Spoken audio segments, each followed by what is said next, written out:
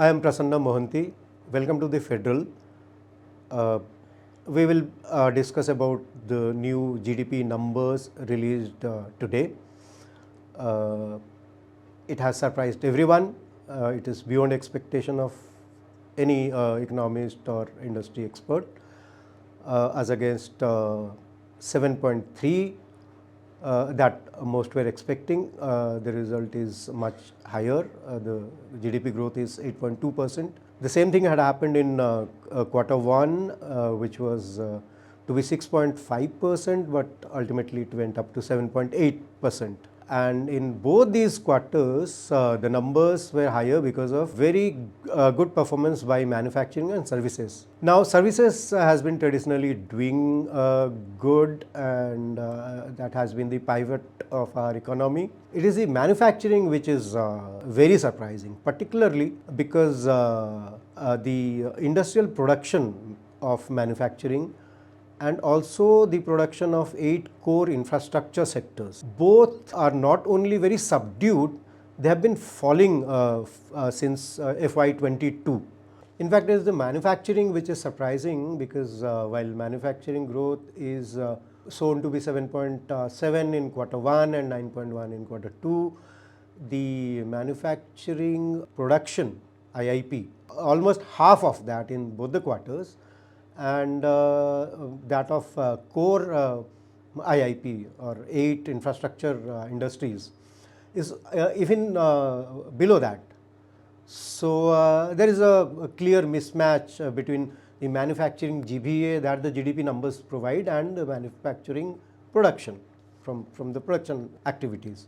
So that needs explanation. Second aspect of this manufacturing is that recently, National Daily reported that foreign companies dropped 2 lakh crore of their projects in India, and another business daily showed that for the 4th consecutive quarter, in the September quarter, they dropped investments declared by them earlier and sanctioned from banks to the tune of 14.3 lakh crore.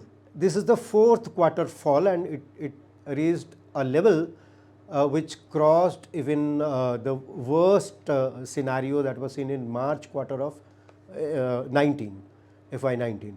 So these numbers then create doubts in the mind whether the GDP numbers about manufacturing is matching the ground realities.